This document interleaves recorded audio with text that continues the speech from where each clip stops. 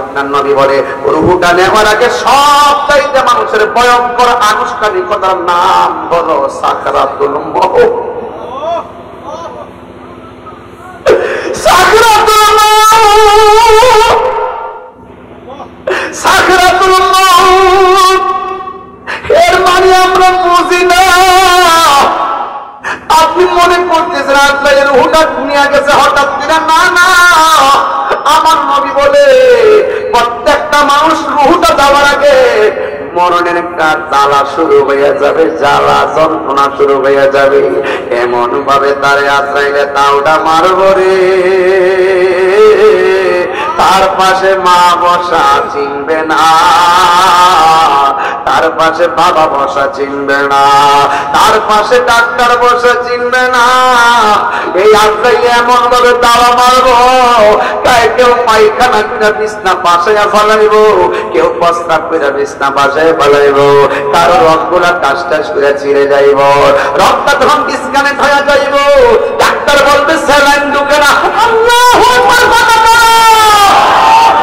আয় রে কাস্তিকা পয়রা পাটা ভাঙা গেলে এক্সট্রা কাছে গেলে এক্সট্রা মেশিনে ধরাবই, কিন্তু আজরাইলে থাওয়া মাইরা যে আসাইরা মুড়াইয়া হাড্ডিগুলা দশ নস করে ফেলাইব, এটা ধরার কোন এক্সট্রা মেশিন দুনিয়ার জমিনে তৈয়ার হয় নাই।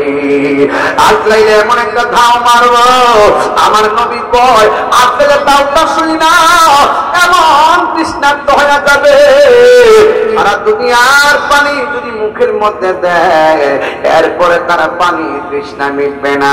মা কইব পুত্রে কি হইছে, পুত্রে দুন্দুরে ছায়া রইছে, বাপে কইবে পুত্রে তোর কি মনটা খারাপ, দুন্দুরে তাকায় রইছে। কোথায় তাকায় রইছে? ওই ঘরের দরজার ভিতরে আজরাইল এত বড় বড় চোখ নিয়া, এত বিশাল বডি নিয়ে এমন ভাবে ধাও মারতেছে, এমন ভাবে ধাও মারতেছে, কিন্তু তার জবান বন্ধ হয়ে গেছে, মুখটা বলতে পারে না, হাতটা বন্ধ হয়ে গেছে, হাতটা লড়াইতে পারে না। দেখবেন ম্যাক্সিমাম মানুষ মরণের আগে 100 বছর হয়ে যায়, হাতের ফেরেশতা চলে যায়, হাত বাড়াইতে পারে না, পায়ের ফেরেশতা চলে যায়, পা বাড়াইতে পারে না, চোখের ফেরেশতা চলে যায়, চোখ খুলতে পারে না, কানের ফেরেশতা চলে যায়, কান দিয়া শুনে না, নাকের ফেরেশতা চলে যায়, নাক দিয়ে শ্বাস বের হয় না। কেন কেন? কারণ প্রত্যেকটা বডির মধ্যে আমার আল্লাহ এক একটা ফেরেশতা বানায় বানায় রাখছে। এই যে হাতটা বাড়াইতেছি, একটা ফেরেশতা লাগায় রাখছে, তুমি হাত বাড়াইবা, এমন ভাবে সব ফেরেশতারা যখন মাদক পরে ফায়ার সার্ভিসের আশিকিন জাকির মুহিবিনদের কাছ থেকে বিদায় নিয়ে নিবে, তখন তুমি হাত বাড়াইতে পারবে না। সাদের জীবন আস্তে আস্তে নিস্তেজ হয়ে যাইতেছে, তোমার মার কথা মন থাকবে না, বন্ধুর কথা মন থাকবে না, ওই ব্যাংকের টাকার কথা মন থাকবে না, শুধুমাত্র বলবা আল্লাহ আর পারি না। যদি আপনি ইমানদার হতে পারেন, আল্লাহ বলবে আজরাইল আমার পাগলের কাছে যাও। ওই আজরাইল পাগলের দরবারে আসবে, দরজার মধ্যে আয়েশা বলবে সালাম দিয়ে ভিতরে ঢুইকা আঙ্গুল গুলা দিয়ে মাথা চুলের মধ্যে আশ্রইব, তখন কানের কাছে আজরাইলের মুখটা লাগাইয়া কইব একটু পরে আপনার রূহটা লইয়া যাবো। এবার ইমানদার ডাক দিয়া বলবে দেরি করতেছেন কি লেগা, তাড়াতাড়ি রূহটা লইয়া যান, আমার আল্লাহর সঙ্গে আর নবীর সঙ্গে দিদারের জন্য মনটা পাগল পাগল হইয়া রইছে। আরো বড় করে কোন ইয়া রাসূলুল্লাহ, এবার আল্লাহ ডাক দিয়া বলবে ও জান্নাতের ফেরেশতা, জান্নাত থেকে সাদা একটা টুকরা কাগজ লইয়া যা, আর একটা আতরের বোতল লইয়া যা, ওই আতরের বোতল আর সাদা কাপড়টা লইয়া কোথায় যাবো আল্লাহ?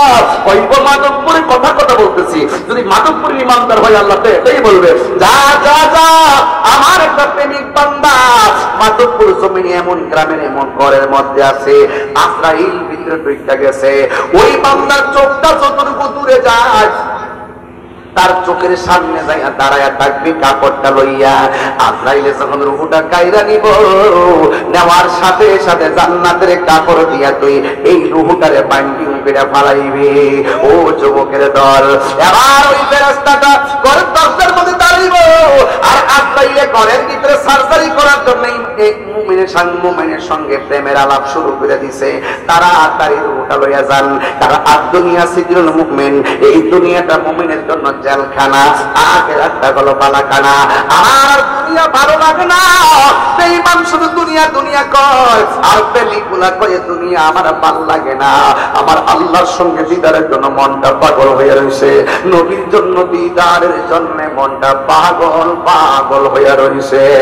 আজরাইল এমন ভাবে রূহটারে সার্জারি করব, মায়ের স্তন থেকে সন্তান যেমনে দুধ পান করে ঘুমায়া যায়, ঠিক এমন ভাবে ইমানদার রূহটা নিয়ে যাবে, যারা পরিমাণ টের পাবে না। সবাই বলবে দিল, আমার বাবার হাত দিল রে না, আমার বাবার পাও দিল রে না। আমার নবী আপনার নবী বলে, একটা মানুষ মারা যাওয়ার পরে যদি দেখো তার চেহারাটা হলুদ হলুদ ভাব হয়ে রয়েছে, মনে রাখবা তার মরণটা আমি নবীর কালিমা পড়তে পড়তে মরণ হয়েছে। একটা মানুষ মারা যাওয়ার পর যদি দেখো তার কফনটা কাঁপতেছে, মনে রাখবা এই লোকটা আমি নবীর সঙ্গে দিদারের মাধ্যমে মরণ হয়েছে। ওই নবীর দিদার আমরা চাই কি চাই না? আর জবানটা খুলে বলুন চাই কি চাই না? এমন মরণ আমি তাহিরের নসিব হইব নি গো আল্লাহ, লা লা লা লা লা লা লা লা। এমন মরণ মাধবপুরে পাগল নসিব হবে নি। এমন মরণ আমরা হুজুর দার নসিব হইব নি। আমার পাশে কতগুলো মানুষ বসা, একজন দুইজন তিনজন চারজন পাঁচজন আমার পাশে বসা আছে। আল্লাহ গো, আমরা জানি না এই পাত্রের ভিতরে আমরা কে আগে মারা যাবো। আল্লাহ আমরা তো জানি না কোন দিন মরবো, তোমার কাছে কোন দিন মরবো আপত্তি করি না।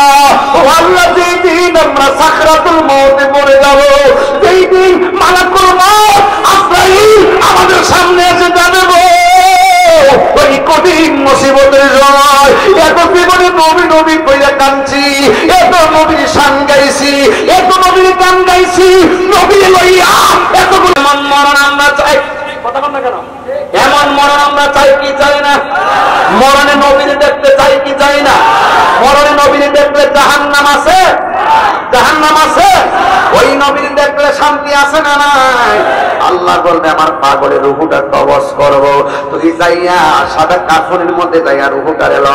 ওই জান্নাত থেকে ফেরেশতা ঈসা আসলে রূহটা হাতে নিতে পারবে না। ওই রূহটা ইয়াসালুনা কানির রূহ কুলির রূহু মিন আমরি রাব্বি, এই রূহটা আল্লাহর আদেশ মাত্র। ওই সাদা বাইন্ডিং নিমেতে রূহটা বাইন্ডিং কইরা আসমানের দিকে ফেরেশতা উড়াল মারব। প্রথম আকাশের মধ্যে ফেরেশতারা যাইব, যাওয়ার পর প্রথম আকাশের ফেরেশতা বলবে কে? ভাই আমি বললাম ফেরেশতা, ভাই তোমার হাতের মধ্যে কি এত সুন্দর গান লাগতেছে, কারণটা কি? কই তুমি চিনো না এটা এমন জমিনের এমকের রূহটা, এমন জমিনের এমক রূহ, যেই মাত্র মুমিনের কথা শুনবে তখন মুমিনকে ফেরেশতা সালাম দিবে, এরপরে দ্বিতীয় আসমানের মধ্যে যাবে। এই দিক দিয়ে রূহটা এই দিক দিয়ে মানিক মেয়ের লাশটারে বাইন্ডিং করার জন্য মাধবপুরের বাজারে কাফন আনতে যাবে। আল্লাহ রূহটারে বাইন্ডিং করে লয়ে গেছে, আর আমরা সবাই দেহটারে বাইন্ডিং করবার লাগিয়া কাপড়ের কাপড় আনতে মাধবপুরে বাজারে গেলাম। মাধবপুরে বাজারে কাফন আনলাম, আইনা শরীরে পেঁচাইতেছি, গোসল করাইতেছি, গোসল টোসল করাইয়া কাঠের মধ্যে শোয়াইয়া সুন্দর করে আমরা তারে নিয়ে যাবো সাজিয়ে গুজিয়ে। তেমরে সজনি তোরা সাজিয়ে গুজিয়ে তেমরে, সাজিয়ে গুজিয়ে দেমরে সজনি তোরা সাজিয়ে গুজিয়ে তেমরে। বড়ই পাতার গরম জলে শুয়ায়া মশারি তোলে, বড়ই পাতার গরম জলে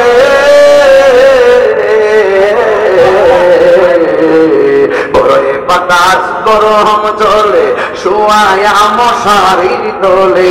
অদ্র তোলা চন্দন মেখে দে সজনি তোরা সাজিয়ে গুজিয়ে দে মোরে এত রঙিন তুই কাপড় কিছুই ভালো লাগে না মোর এত রঙিন এত কাপড়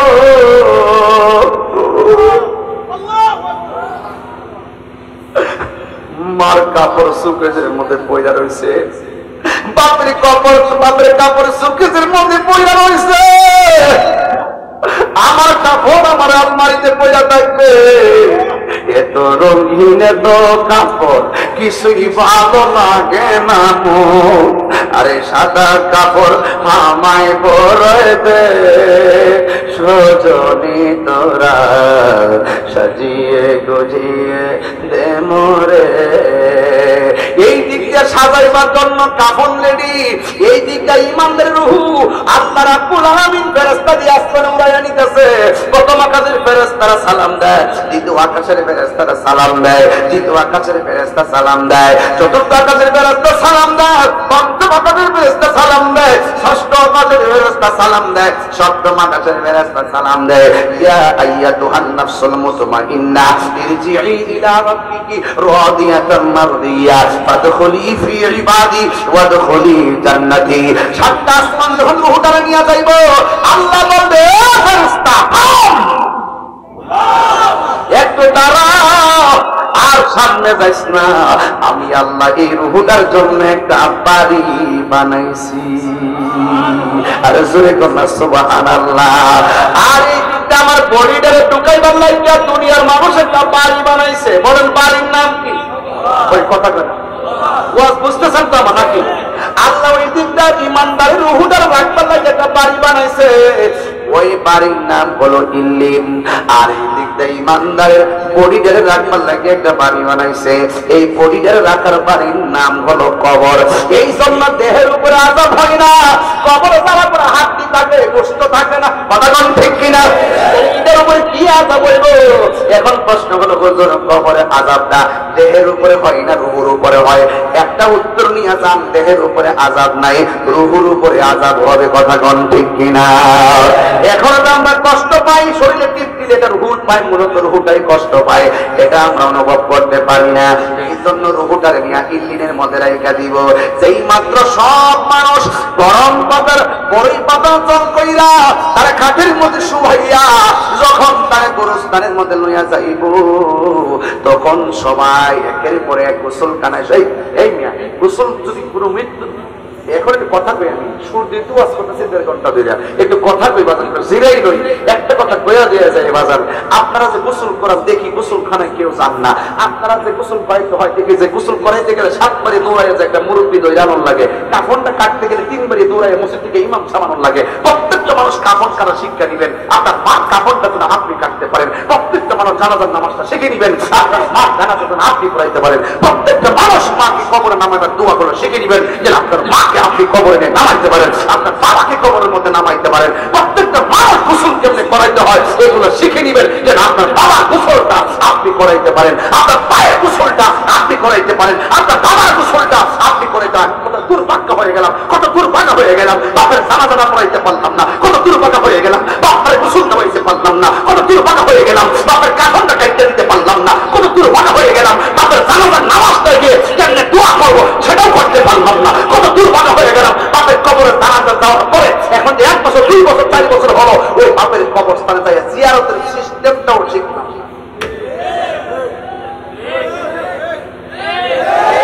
শিক্ষার দরকার আছে না নাই বলে দরকার আছে কিনা বলে প্রত্যেকটা গ্রামের মসজিদ ইমাম সাহেব থেকে আপনি এগুলো শিখে নিবেন বাবা এগুলো শিখে নিবেন এই গোসলটা করানোর সময় আপনারা জান না ওই গোসল করাইতে গেলে গিন লাগে অনেকে কয় আরে আমি তো গোসল করাইতে গেলে নিজের পছন্দ মতো চলে যাই কেমনে চলে যাই যাইয়া ওই দায়িত্বটা নেই ফেটের এমনি লাশ করে এমনি বসাই ফেটের মধ্যে চাপ দিই চাপ দেওয়ার পর পায়খানা বাড়িলে নিজে গামছা দিয়ে পরিষ্কার করি টিস্যু দিয়ে পরিষ্কার করি অনেক মানুষ এটার ঘৃণা করে আর এবারে ঘৃণা করো বহুত হিন্দুরা শুধু এই চিত্র দেখে মুসলমান হয়ে গেছে মুসলমানরা মারা গেলে কি সুন্দর করে আদর করে গোসল দেবে কত সুন্দর করে কবরে নামা কত সুন্দর করে আদর করে কবরে শোয়া আর আমরা বাইরে বাইরে শুরু করে বহুত হিন্দু মুসলমানদের এই চিত্র দেখে কালিমা পড়ে মুসলমান হয়ে গেছে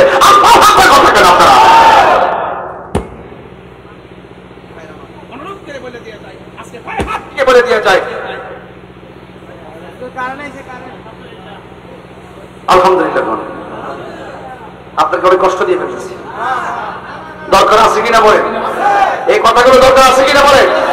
কে হইল আতর লোবান, কে হইল জল, কে হইল বড়ই পাতা, কে হইল পরিরে হায় হায় রে, হায় হায় রে কান্দে, হায় হায় রে সবাই, হায় হায় রে মা কান্দে, বাবা কান্দে, কান্দে আপনজন, কান্দিয়া কান্দিয়া সবাই বিদায় তোমায় দিব রে, কান্দে হায় হায় রে সবাই, হায় হায় রে। সবাই আপনাকে গুরুস্থানে নিয়ে যাবে, আর ওই দিক দিয়ে আপনার রূহটারে একেবারে ইল্লিনের মধ্যে আল্লাহ রাখবে। এই মাত্র আপনার পরিবারের কবরের মধ্যে নামাইব, দুয়াটা কম তো দেখি,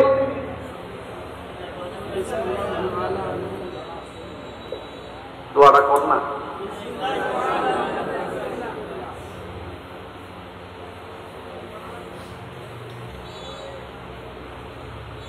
আবার কর না। বিসমিল্লাহি ওয়া আলা মিল্লাতি মাহবুব সব, বিসমিল্লাহি ওয়া আলা মিল্লাতি ব্যারিস্টার সব, বিসমিল্লাহি ওয়া আলা মিল্লাতি মেয়র সব, বিসমিল্লাহি ওয়া আলা মিল্লাতি এমপি সব। কি বলে? হে মোল্লারা, হে কাক মোল্লারা,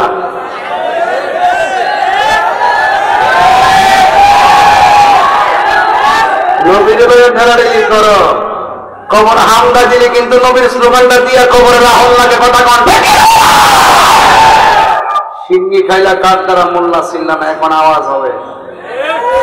এতক্ষণ ওয়াজ করছি, ওয়াজ এইভাবে ওয়াজ করি না, দিল থেকে ওয়াজ করছি। নবী ছাড়া কোনো কবর উপায় আছে বাবা? বলেন বিসমিল্লাহ। আমার যুবক পোলাপান্ডে কই, আপনার থাকলেই চলবো, আপনার আসেন তো সবাই ইনশাআল্লাহ। বলেন বিসমিল্লাহ। আরো বড় করে একটু বাঁচবেন না, বিসমিল্লাহ ওয়া আলা মিল্লাতি রাসূলিল্লাহ, বিসমিল্লাহ ওয়া আলা মিল্লাতি রাসূলিল্লাহ, বিসমিল্লাহ ওয়া আলা মিল্লাতি রাসূলিল্লাহ। সারা জীবন নবীর লোকে হুড়ুর হুড়ুর করছো, আর কবর হামলার সময় নবীর স্লোগানটা দিয়া কবর তোয়ার লাগে। সোজা হইব দইবার সাদের মতন মরার পরে সোজা হইবার কি, এর আগে দেহাতে থাকবা। নবীর টেলাটেলি করো, মিলাদুন নবী নিয়ে লেগে যাও, মারামারি করো, এইগুলো আর কইরো না। আর কত করবা? মনে মনে ভাবছিলাম যে আলেমরা বুঝি বহুদিন পরে একটা সুযোগ আইছে, হয়তো বা তার সাথে আমরা একটা সমস্যা আছে, আমরাও তার আছে, হয়তো মনে করছিলাম যে আমরা একটা বৃহৎ স্বার্থে আমরা ঐক্যবদ্ধ হইয়া এবার মনে হয় রাজপথ থেকে মসজিদে যাওয়ার সুযোগ আছে। যেভাবে মাজার ভাঙা শুরু করছে, মসজিদে আগুন লাগানো শুরু করছে, গুরুস্থানে আগুন দেওয়া শুরু করছে, মিলাদুন নবীতে নবীর ভালোবাসা অনুষ্ঠানে যেইভাবে আগুন ধরানো শুরু করছে আর মারামারি শুরু করছে, আমার মনে হয় রাজপথ থেকে মসজিদে যাওয়া সম্ভব না, খোদার গজব আসতেছে।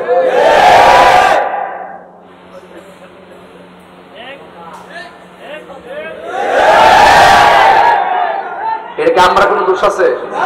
আমরা কোন ঝগড়া বাঁধাইছি? আমরা কোন ঝগড়া বাঁধাইছি? আমরা কারো আক্রমণ করছি? তাহলে এই সূত্রপাত যারা ঘটাইছে তাদের কাহিনী আওতা আনতে হবে, কথা বল ঠিক কিনা? একটা কথা বলবো, তারা আমাদেরকে আক্রমণ করছে, ঠিক আছে, আপনারা ঐক্যবদ্ধ থাকবেন, আমাদের ঐক্যবদ্ধটাই তাদের অ্যালার্জি শুরু হয়ে যাবে। ওরা সুন্নিরা কখনো মারামারি সংঘাতে পছন্দ করে না। এই জন্য স্যার আমি তো এখনো আসি, আসিনি আসেনি, আপনারা চিন্তা করেন না, কারণ আপনারা আমার শক্তি, কথা কন ঠিক কিনা? এই শক্তি দেওয়ার মালিককে, আরো করে মালিককে। এই স্কুলের পোলাপান, স্কুলের ছাত্রগুলো এবং এই ছাত্র জনতা, মাদ্রাসার ছাত্র জনতা, এই যুবক পোলাপান যদি ইনশাআল্লাহ মাঠে থাকে, তাহলে আমরা যে কোনো রসুল প্রেমের স্লোগান দিয়ে মাঠে দাঁড়াতে পারবো, ঠিক কিনা? এর বিনিময়ে আমি কিন্তু চাই না, শুধু আপনাদের ঐক্যবদ্ধ হওয়া চাই। রাজি আছেন কিনা বলেন? এক যুবক মানে যে পোলাপান 12টার পরে মাহফিলে বসে থেকে, এই পোলাপান এই সমাজের শ্রেষ্ঠ সন্তান, কথা কন ঠিক কিনা? আমি বলছি, ওই কথা বলছিলে বিসমিল্লাহি ওয়া আলা, কথা কথা গেলে বিসমিল্লাহি ওয়া আলা,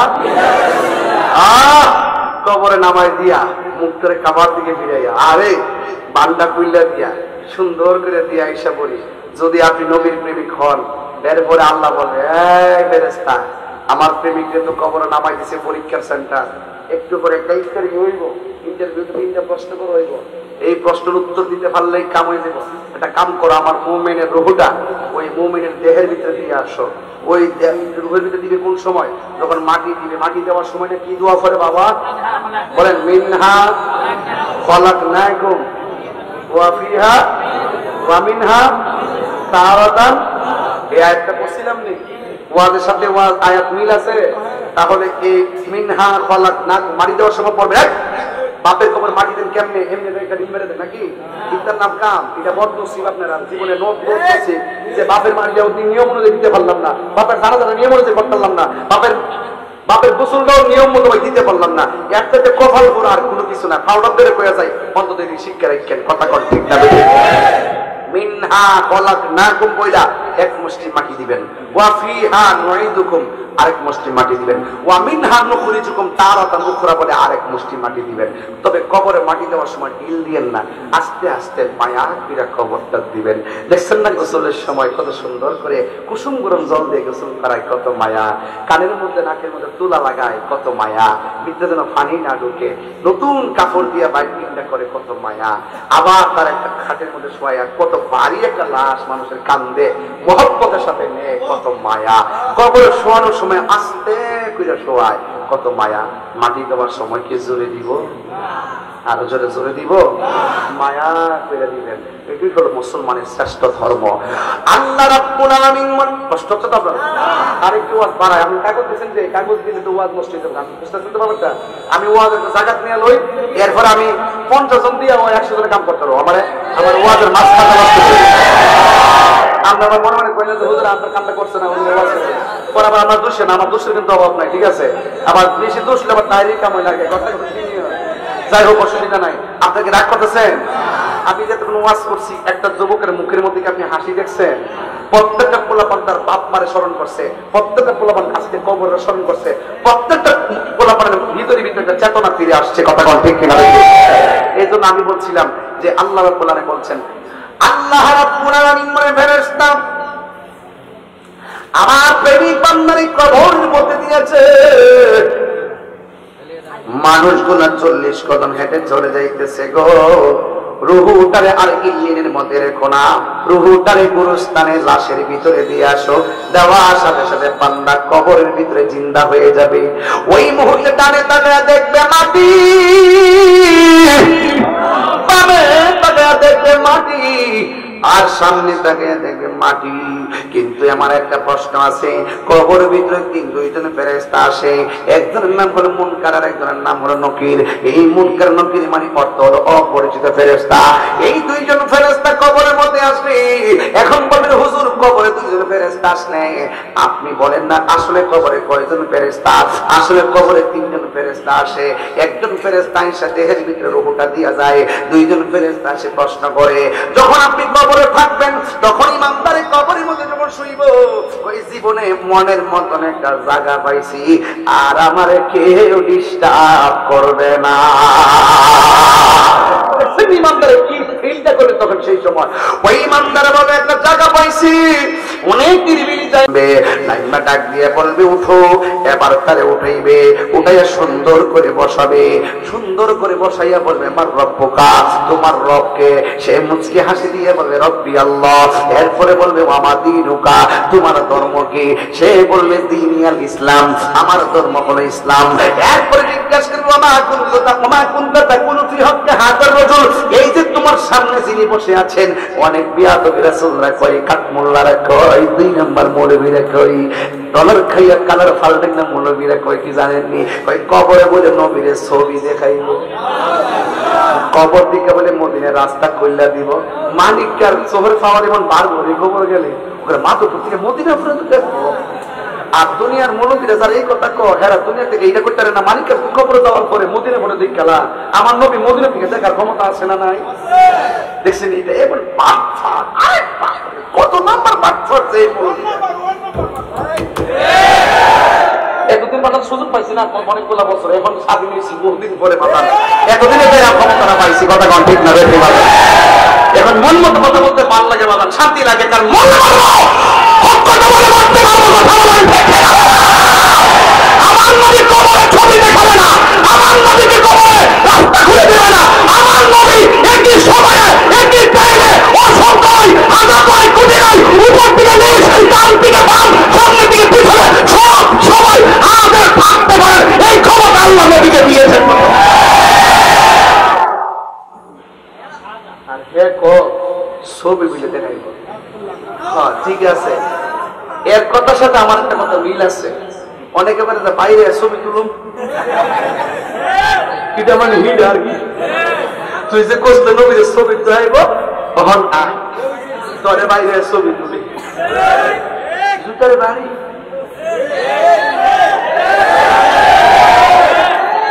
আগুনের জুতো, আগুনের জুতো দিয়ে বাড়ি, সে বলবে আমাকে বাঁচাও।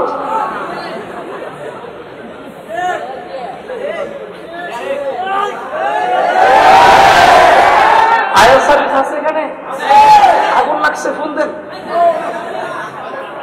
হ্যাঁ ফোন দিলে, না ফোন দিলে আসবে, এই এলাকায় আগুন লাগলে ফায়ার সার্ভিসে ফোন দিলে আসবে, আসবে কিনা?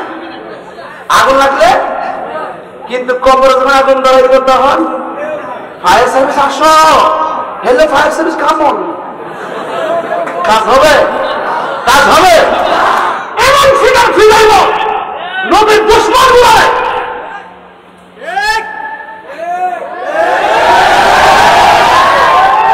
আচ্ছা বাদ দেন, আমার বাইক থেকে সিলেন না, দেশের পরিস্থিতি ভালো,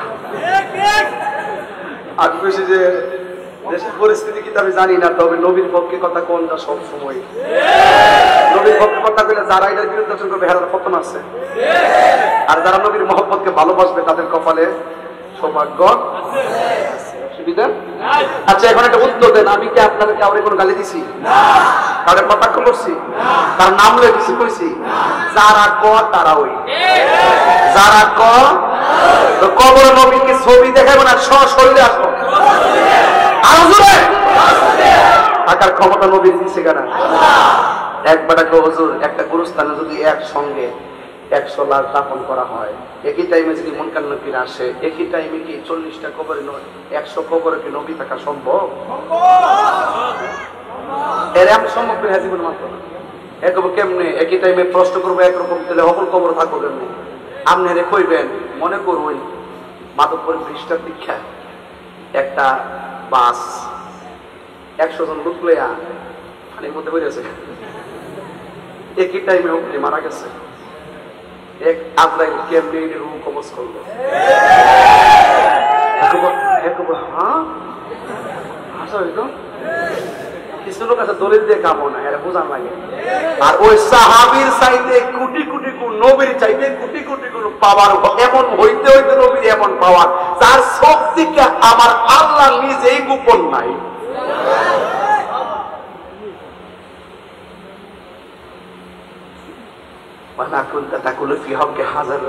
হাজা মানে বলে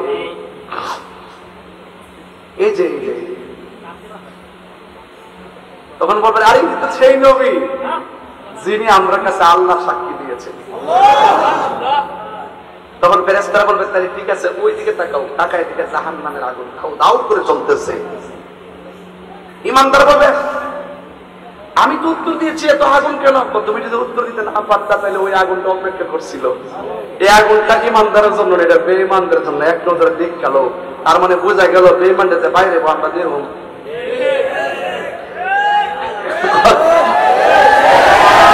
কথা বলেন ঠিক কি না বলেন?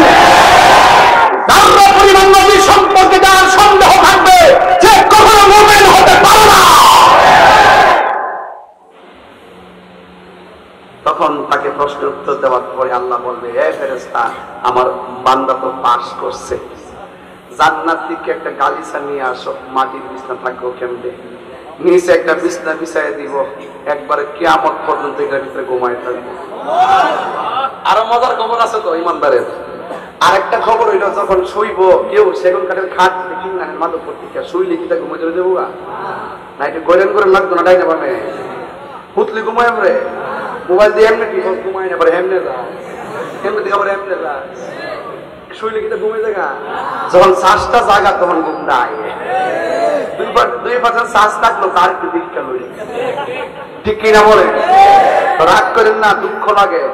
মোবাইলে যেই রকম ভাবে সময় দিলে এইভাবে যদি তসবিহ আল্লাহ জিকির গুলা টিপতেন, আল্লাহ আল্লাহ আল্লাহ, আপনার কলব জিন্দা হয়ে যাইত। আচ্ছা রাত্রে মোবাইল টিপেন না, সূরা আর রহমান চার্জ করে ফেলায় তেলাওয়াত সুন্দর সুন্দর ঘুমায় যান। এদিকটা মোবাইলে চার্জ প্রয়োজনে চলে যাবে, ওই দিকটা কলব নূর হয়ে যাবে। এবার আল্লাহ আল্লাহ জিকির করে ঘুমাই যাবেন, মুখ থেকে পাখি বের হবে, ওই আসমানে চলে যাবে।